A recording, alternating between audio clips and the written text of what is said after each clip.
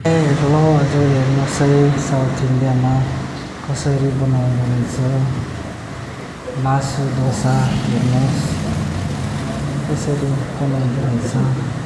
तपाईँले पनि जान्न सक्नुहुन्छ घरमा।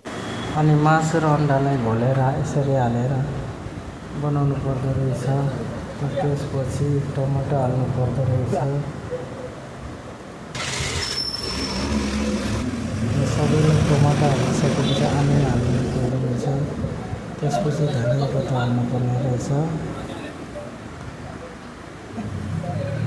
अनि त्यसपछि लास्टमा कडी पत्ता हाल्नु पर्ने छ। अनि यसलाई दुवै तरिकाबाट राम्रोसँग पकाएर निकालेर